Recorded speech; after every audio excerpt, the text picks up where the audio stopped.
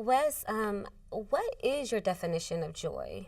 When we talk about adolescence and we're talking about friendship, commitment, and integrity, how do you define joy in its theological significance? Yeah, I mean, first of all, there's just so many ways we can think about joy, and there's so many people who've done all kinds of great work on that. But many of the times we come up with different answers.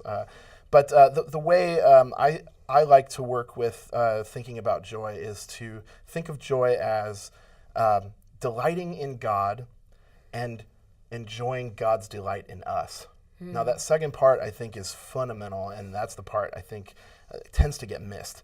That we often focus so much on how can we, what can we do to have joy?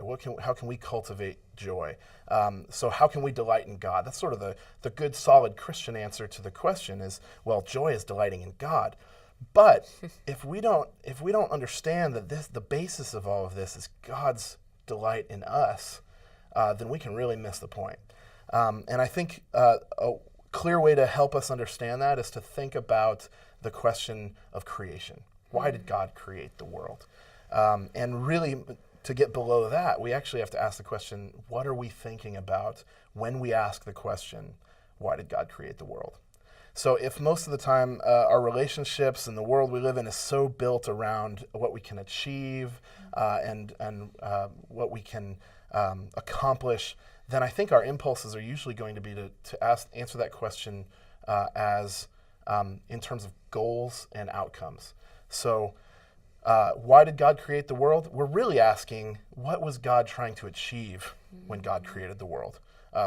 To what end is this headed? But I think Christian theology challenges that intent of the question, because I think Christian theology teaches us that God created the world out of joy, that joy is the answer to that question.